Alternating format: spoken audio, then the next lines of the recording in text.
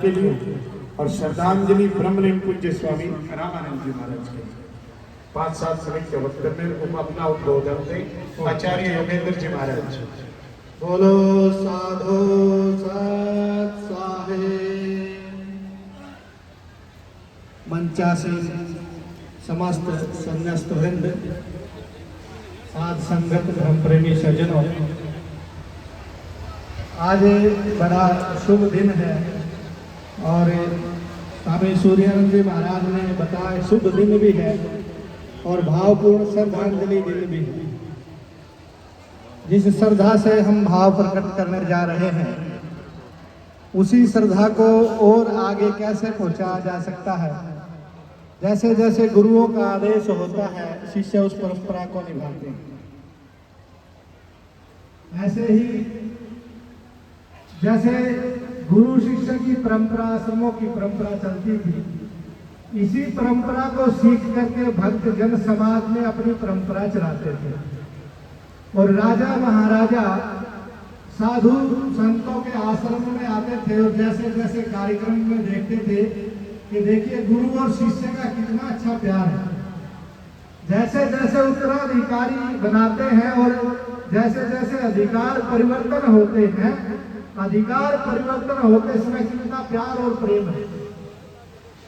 शिष्य मना कर रहा है और गुरु दे रहा है।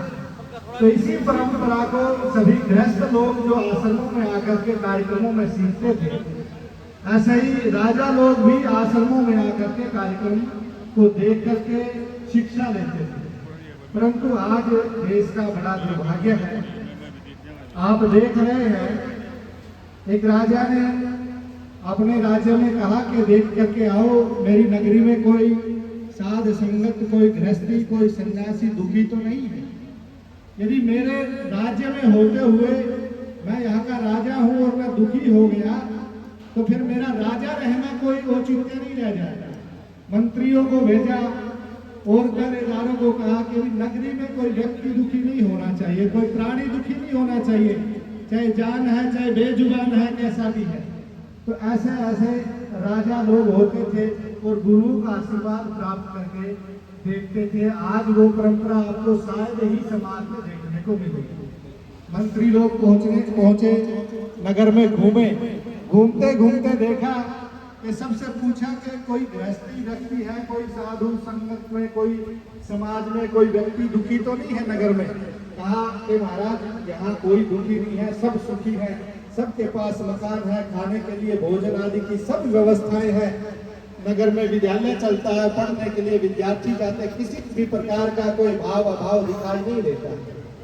किसी आप जैसे सज्जन व्यक्ति ने कहा कि हाँ एक व्यक्ति दुखी है नगर में। तो पूछा कौन है? कि नगर के बाहर कुटिया में रहता है, झोपड़ी बनाई हुई है, उससे जाकर के आप मिल सकते हैं।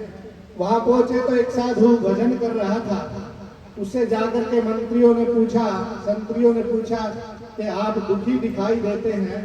बोले भाई मैं कोई दुखी नहीं हूँ, मैं तो जिस कार्य के लिए भगवान ने यहाँ पर भेजा था वो कार्य मैं कर रहा हूँ, भजन करने आया था। उस भजन के लिए मुझे कुछ नहीं चाहिए। नगरी में जाता हूँ, भिक्षा लेता हूँ, 2 समय की रोटी मिल जाती है और भजन करता हूँ।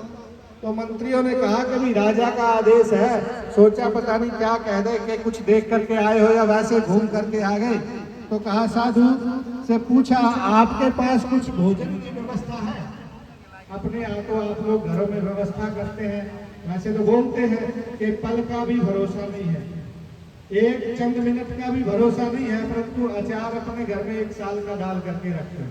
जैसे ये पता हो कि भाई हाँ शायद 1 साल तक हम जीवित रहे। तो साधु से पूछा भोजन की क्या व्यवस्था है? महाराज जी भोजन तो है नहीं, ना आटा है ना बनाने की व्यवस्था है। फिर ऊपर देखा तो बारिश का मौसम था, तो कहा कुटिया भी जो झोपड़ी है वो टपक रही है, बारिश का पानी उसमें आ रहा है।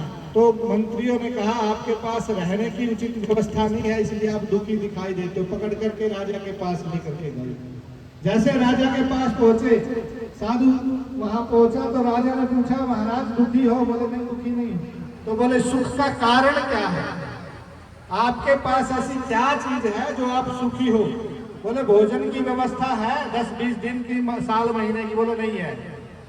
फिर पूछा राजा ने, बोले जी जहाँ रहते हो वहाँ बारिश में, आंधी में, तूफान में खिड़की दरवाजे ठीक लगे हुए हैं? बोले नहीं लगे हुए हैं। बोले कि बिस्तर किस चीज का है? बोले कि एक काठ की बोरी बिछा करके उस पर सो जाता हूँ। बोले बिस्तर नहीं है? बोले नहीं है। चारपाई है? बोले नहीं है। तो बोले फिर सुखी कैसे? कोई गाड़ी घोड़ा है? बोले नहीं है। बोले कोई शिष्य सेवा करने वाला है? बोले नहीं है। फिर सुखी कैसे हो? तो राजा ने कहा साधु से, बोले सुख तो ऐसे मिलता, चलो मैं दिखाता हूँ। राजा लेकर के अपने महल के अंदर साधु को चला और चलते चलते गया कि कहा देखो ये तेज दौड़ने वाले घोड़े हैं, ये रथ है सोने का, इस पर चढ़ करके मैं चलता हूँ, और ये मेरा महल है, इसमें सोने के हीरे मोती लगे हुए हैं, ये ऐशोआराम की सारी सुविधाएं हैं, ये इतनी बड़ी मेरी रसोई है, और महल टपकने की तो बात दूर है, इस पर कोई सूर्य की ऐसी किरणें भी नहीं पड़ती है जिससे मेरे को हानि पहुंच सके। और फिर आगे चले तो कहा कि ये कौन है? बोले ये दास और दासियां हैं मेरे, जो मेरी सेवा में रहते हैं। सामने से पूछा, ये मेरी पत्नी है जो मेरे सबसे नजदीक रहती है और सबसे ज्यादा देखभाल मेरी करती है। तो ऐसे करते करते साधु को सब कुछ दिखाया और कहा महाराज आपकी कोई ऐसी व्यवस्था कर दूं? तो साधु मना करता चला गया, बोले मुझे नहीं चाहिए। आज तो आप राजाओं के पास जाओगे तो एक पत्थर लेकर के जाते, बोले महाराज जी मेरे लड़के को लगवा दो। राजा से कहते हैं आप मेरा ये काम कर दो, आज हमारे नगर में ये काम कर दो, लाइट नहीं आती, ऐसे सिफारिश से लेकर के जाते। राजा ने साधु से कहा कि आप कुछ तो लीजिए, कुछ तो व्यवस्था मेरे द्वारा करवाइए। साधु ने मना कर दिया। तो राजा ने कहा कि आप एक बात बताइए, ये अंगूठी आप ले लीजिए। तो साधु ने विचार किया, राजा है पता नहीं क्या आदेश दे, पहले दे देते थे कि इसको फांसी चढ़ा दो, आदेश होगा तो हो गया। तो साधु ने डरते डरते वो अंगूठी ले ली। बोले महाराज क्या करना है? बोले आपसे कोई मूर्ख व्यक्ति दिखाई दे इस दुनिया में, आपको कभी मिले तो ये अंगूठी उसको दे देना। साधु ने अंगूठी ली और अपनी पोटली में डाल ली और चल पड़ा। 4-5 साल बीत जाने के बाद महल की तरफ बहुत सारे लोग जा रहे हैं। साधु ने पूछा भाई क्या बात है, महल में कोई कार्यक्रम है? बोले कार्यक्रम कुछ नहीं है, ऐसा सुना है कि राजा बहुत बीमार है, वृद्ध हो गया है और मिलने के लिए जा रहे हैं। साधु ने सोचा कि मिलना चाहिए, अंतिम समय है, परंतु पता नहीं क्या तत्व की बात बता दे, पता लग जाए राजा है। तो साधु भी मिलने गया, आदेश पहुंचा कि कोई मिलने आया। कौन है? एक साधु मिलना चाहता। राजा ने कहा ठीक है बुलाइए। साधु राजा के पास गया और जाकर के पूछा महाराज कैसे हो? तो गर्दन हिला रहे, हाथ भी नहीं उठ रहे। तो साधु ने पूछा क्या बात हुई? तो राजा ने धीरे से बोला कि अब तो चलने का समय है, जाने का समय है। तो साधु ने पूछा कहाँ जाओगे? तो राजा ने हाथ हिला दिया, बोला नहीं जा रहा, हाथ हिला दिया, पता नहीं है। तो बोले जाओगे तो जहाँ जाना है वहां महल बनवा दिया है, ये वाला साथ लेकर के जाओगे जिसमें हीरे मोती जड़े। तो राजा ने हाथ हिला दिया। साधु ने फिर एक बात पूछ ली, बोले जाओगे तो वहां इस रथ में चढ़ करके जाओगे या कोई और साधन लिया जो तेज चलने वाले घोड़े हैं? तो राजा ने हाथ हिला दिया। साधु ने एक बात फिर पूछ ली, बोले जा तो रहे हो तो वहां जाओगे तो ये दास और दासियां जो है 50 ये साथ जाएंगी या और दूसरी व्यवस्था कर दी है? तो साधु ने हाथ हिला दिया।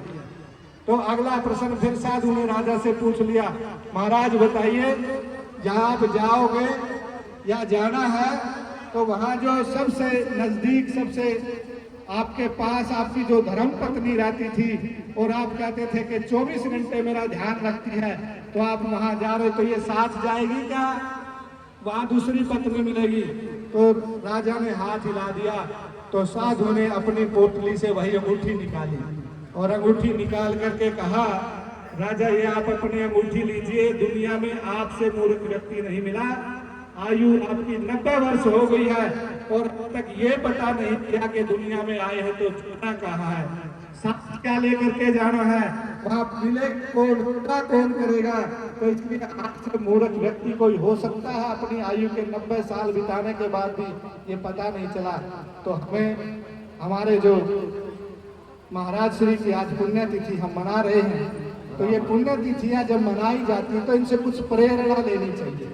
ये नहीं हम प्रसाद भोग लिया और अपने घर चले गए, तेरा तुझको अर्पण क्या लागे मेरा, ओम जय जगदीश, ऐसे बोलते तो हम वहीं जान के चल देते हैं। तो इन गुरुओं के इन संतों की आप शरण में आए हैं तो जरूर प्रेरणा लेकर के जाएं। और मैं बहुत बहुत शुभकामनाएं, आज पूज्य स्वामी मंगलानंद जी महाराज ने अपने शिष्य को जो उत्तराधिकारी बनाया है उनके लिए भी बहुत बहुत शुभकामनाएं। और आप सभी साथ संगत के लिए संतों की तरफ से मेरी तरफ से आप सबको बहुत बहुत शुभकामनाएं। बोलो साधो साधु।